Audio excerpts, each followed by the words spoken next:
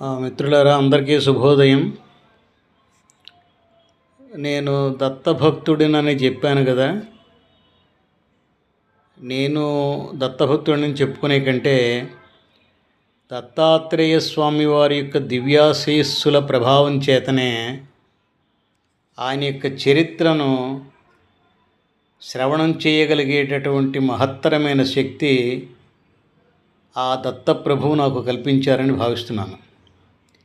ఇది కేవలం ఈ జీవుడి యొక్క ఎన్నో కోట్ల జన్మల యొక్క సుకృత ఫలమేనని నమ్ముతున్నాను.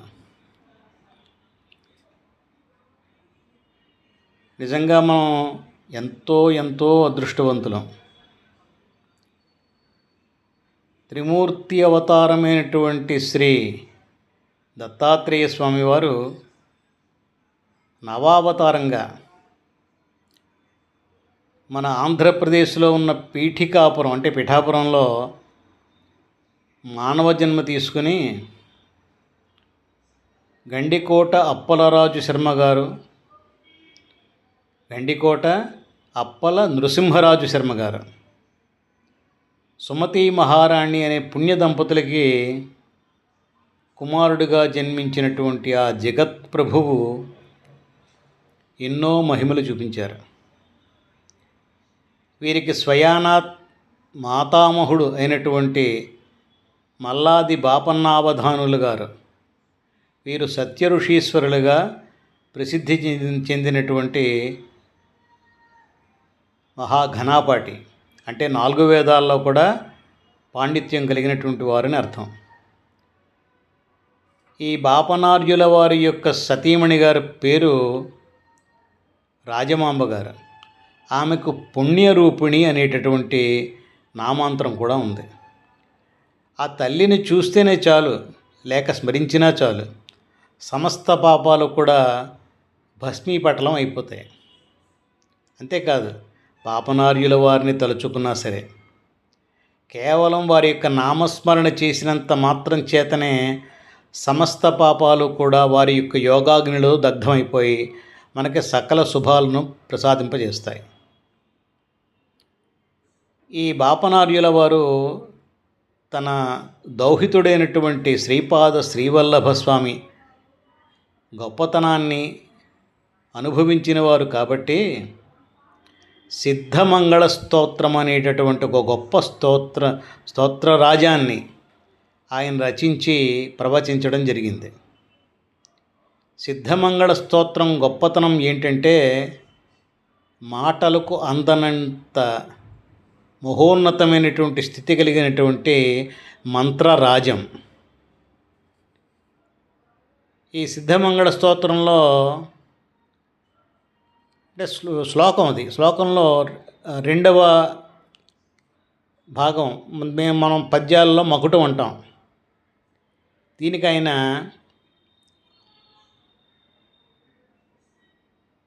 అద్భుతంగా ఆయన రచన చేయడం జరిగింది. శ్రీమదనంత శ్రీవిభూషిత అప్పల లక్ష్మీ నరసింహరాజ జయ విజయీ భవ దిగ్విజయీ భవ శ్రీమదఖండ శ్రీ విజయీ భవ. ఈ జయ విజయీ భవ దిగ్విజయీ భవ శ్రీమదఖండ శ్రీ విజయీ భవ, ఈ ఒక్క పదం చదివితేనే చాలు, సమస్తమైనటువంటి అనారోగ్య దోషాలు కూడా నశించిపోతాయి. ముఖ్యంగా దత్తాత్రేయ స్వామి వారి గురించి ఎందరో మహానుభావులు చాలా చక్కగా చెప్పారు. నేను కేవలం ఆ శ్రీపాదుల వారి యొక్క దయావిశేషంతోనే ఈ జీవుడు చెప్పగలుగుతున్నాడని భావిస్తున్నాడు. ఈ జీవుడికి నచ్చింది ఏంటంటే, సిద్ధమంగళ స్తోత్రంలో ఆ మకుటం, అది స్మరిస్తున్నప్పుడల్లా కూడా నాభి నుంచే మనకి ఈ శ్రీమదనంద శ్రీ విభూషిత అప్పల లక్ష్మీ నరసింహరాజా జయ విజయీ భవ దిగ్విజయీ భవ శ్రీమదఖండ శ్రీ విజయీ భవ, ఈ జయ విజయీ భవ దిగ్విజయీ భవ శ్రీమదఖండ శ్రీ విజయీ భవ, జయ విజయీ భవ దిగ్విజయీ భవ శ్రీమదఖండ శ్రీ విజయీ భవ. ఈ మకుటం ఈ చదివేటప్పుడల్లా కూడా మనకి నాభి నుంచే స్పందనలు కనిపిస్తుంటాయి. ఇది గమనించండి వస్తే. ఈ సిద్ధమంగళ స్తోత్రానికి అంత గొప్ప స్థితి కలగడానికి ప్రధాన కారణం ఇదే అని నేను భావిస్తున్నాను. అంతేకాకుండా తన మనవడిలో సమస్త దేవతల్ని కూడా సందర్శించినటువంటి మహానుభావుడు, సత్యఋషీశ్వరుడిగా పేరు తెచ్చుకున్నటువంటి బాపన్నావధానులు గారు ఈ సిద్ధమంగళ స్తోత్రాన్ని ఎవరైతే ప్రతిరోజు 11 సార్లు క్రమం తప్పకుండా మండల దీక్ష కానీ, షష్ఠి కానీ, లేకపోతే 108 రోజులు కానీ ఒక నియమ ప్రకారం చేయాలని సంకల్పించుకుని చేసినట్లయితే అద్భుతమైనటువంటి ఫలితాలు పొందుతారు అనడంలో సందేహం ఎంత మాత్రమూ లేదు. అందుకు ప్రత్యక్ష సాక్షి ఈ జీవుడే.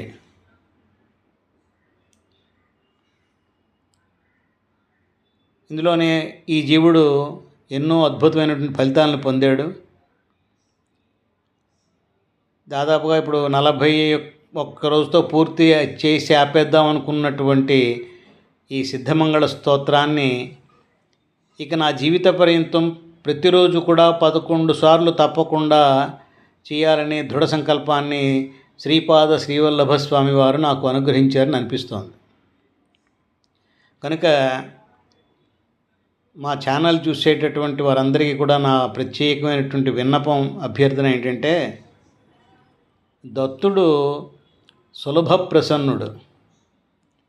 దత్తా అని పిలిస్తేనే చాలు, వెంటనే మన ప్రక్కకే వచ్చి నిలబడి మనకి రక్షణగా నిలబడతాడు.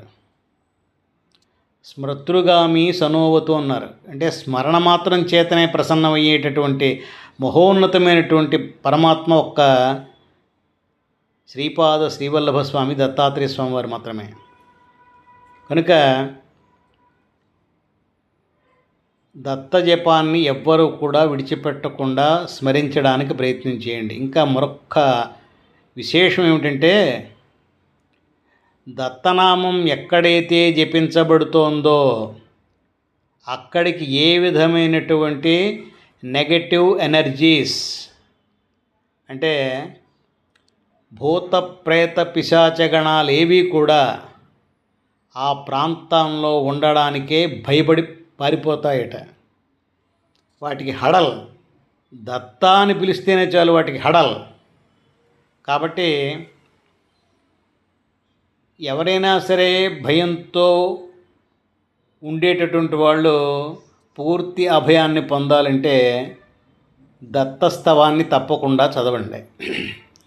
అలాగే సిద్ధమంగళ స్తోత్రాన్ని నిత్యపారణ స్తోత్రంగా భావించి ఎంత చెయ్యగలిగితే అంత అద్భుతమైన ఫలితాలు వస్తాయి. అధికస్య అధికం ఫలం, విశ్వాసో ఫలదాయక. అత్యంత విశ్వాసంతో మీరు ఆచరించినట్లయితే తప్పకుండా దత్తప్రభువు యొక్క దివ్యాశిస్సులు సంపూర్ణంగా పొందుతారని ఈ జీవుడు భావిస్తున్నాడు. అంతేకాకుండా గురు చరిత్రలోని శ్రీపాద శ్రీవల్లభ స్వామివారి చరిత్రలో వారి యొక్క దివ్య తారక మంత్రాన్ని ఒకటి చెప్పడం జరిగింది. శ్రీపాదరాజం శరణం ప్రపద్యే, శ్రీదత్తరాజం శరణం ప్రపద్యే. ఈ మంత్రాన్ని ఎవరైతే అనుక్షణం విడవకుండా స్మరించగలుగుతారో వాళ్ళకి ఇంకా అపజయం అనే పదం ఉండదు అన్నది వాళ్ళ జీవితంలో ఉండదు. వారు ఎక్కడికి వెళ్ళినా వాళ్ళు విజయమే సాధిస్తారు. అది దత్తప్రభువు కల్పించినటువంటి గొప్ప అనుగ్రహం. ఈ అనుగ్రహాన్ని మీరందరూ కూడా పొందాలని, దత్తానుగ్రహానికి అందరూ పాత్రులు కావాలని, సిద్ధమంగళ స్తోత్రాన్ని అత్యంత భక్తి శ్రద్ధలతో పారణ లేక శ్రవణం చేయాలని మనస్ఫూర్తిగా భావిస్తూ, జై గురుదత్త శ్రీ గురుదత్త. శ్రీపాదరాజం శరణం ప్రపద్యే, శ్రీదత్తరాజం శరణం ప్రపద్యే. ఓం శాంతి శాంతి శాంతి.